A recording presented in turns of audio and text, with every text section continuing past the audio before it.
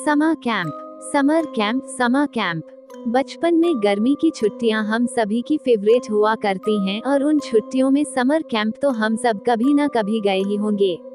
पर क्या हो अगर यही समर कैंप आपकी जिंदगी की सबसे ज्यादा खौफनाक याद बन जाए। ये घटना जॉर्ज के साथ 2010 में हुई थी, जब वो 14 साल का था और वह अपने शहर से दूर पहाड़ों में एक समर कैंप के लिए गया था। समर कैंप की कैंप साइट उसके नाना नानी के घर के काफी पास थी, इसलिए वह कैंप शुरू होने से पहले कुछ दिन के लिए वहीं चला गया। उसके नाना ने कैंप के ऑर्गेनाइजर से बात कर ली थी कि वह जॉर्ज को बीच रास्ते से ही पिक कर ले। कैंप ऑर्गेनाइजर ने जॉर्ज के नाना को एक स्पॉट बता दिया, जहां से वह लोग जॉर्ज को पिकअप करने वाले थे। जॉर्ज और उसके नाना उस लोकेशन पर पहुंच गए, लेकिन वहां कोई बस नहीं थी। उन्होंने कैंप ऑर्गेनाइजर को कॉल किया और उसका phone out of network area था। उन्होंने काफी देर इंतजार भी किया, पर वहां कोई नहीं आया। इसके बाद जॉर्ज के नाना ने डिसाइड किया कि वो उसको खुद कैंप साइट तक छोड़कर आएंगे। वो लोग वहां शाम तक पहुंच गए, क्योंकि कैंप साइट मेन रोड से थोड़ा अंदर जाकर थी। उसके नाना उसे कैंप साइट तक ले गए। कैंप का ऑर्गेनाइजर उनके पास आया और जॉर्ज के नाना से मिला। जॉर्ज के नाना ने कैंप के ऑर्गेनाइजर को जॉर्ज को पिकअप न करने के लिए खूब सुनाया, लेकिन ऑर्गेनाइजर कुछ बोला नहीं। उसके बाद जॉर्ज के नाना जॉर्ज को कैंप में छोड़कर वहां से वापस लौट गए। जॉर्ज जैसे ही कैंप साइट पहुंचा तो जॉर्ज ने देखा कि उस कैंप का माहौल बेहद अजीब था। सारे बच्चे चुपचाप एक सर्कल में बैठे हुए थे और जॉर्ज को अजीबोगरीब नजरों से देख रहे थे। जॉर्ज के नाना के जाते ही ऑर्गेनाइजर बिना कुछ बोले बस वहां से चला गया। जॉर्ज भी उसके पीछे पीछे कैंप को एक्सप्लोर करने लगा। उसने देखा कि टेंट पर उसका नाम लिखा था, तो जॉर्ज ने अपना सामान उस टेंट में रखा और बाहर सबके साथ आकर सर्कल में बैठ गया। उसके बैठते ही सभी बच्चे फिर से उसकी तरफ एक अजीब नजर से देखने लगे। जॉर्ज ने एक दो बच्चों से बात करने की कोशिश भी की, मगर कोई कुछ बोल ही नहीं रहा था। सब बस उसे घूर घूर कर देखे जा रहे थे। तभी सर्कल में बैठा एक बच्चा उठा। उसने जमीन पर पड़ा एक बड़ा सा पत्थर उठा लिया और गुस्से से जॉर्ज की तरफ आगे बढ़ने लगा।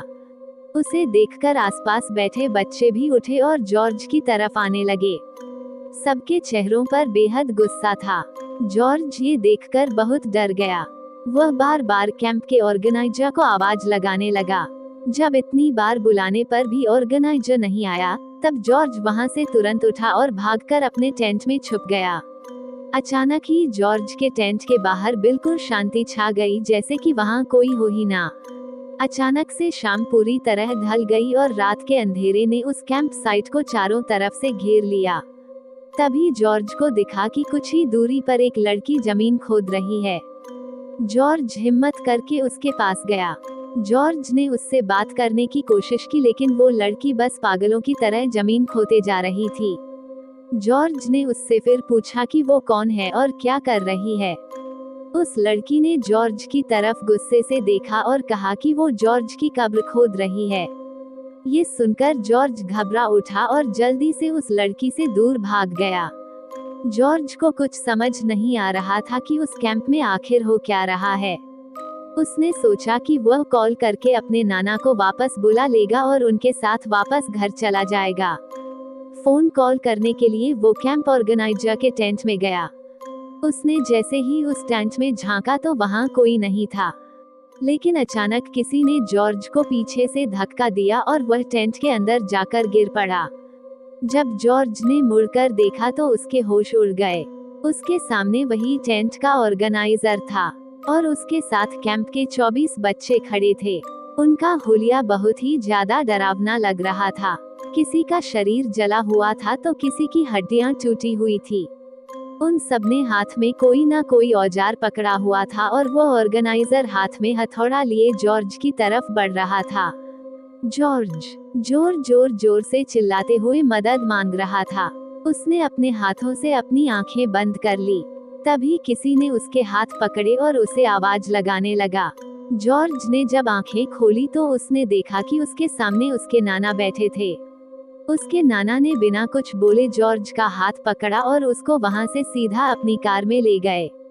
जॉर्ज अभी भी बहुत डरा हुआ था और उसकी आंखों से आंसू बह जा रहे थे।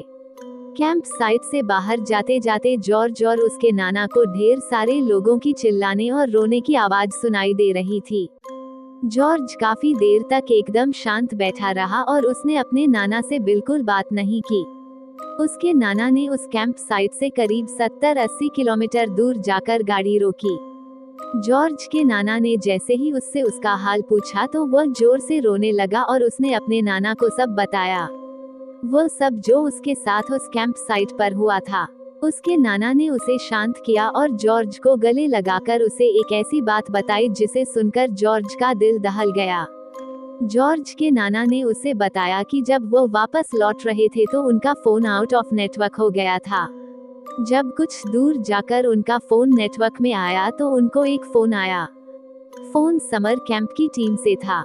उन्होंने उसके नाना से कहा कि वो बहुत देर से उनका फोन मिला रहे हैं।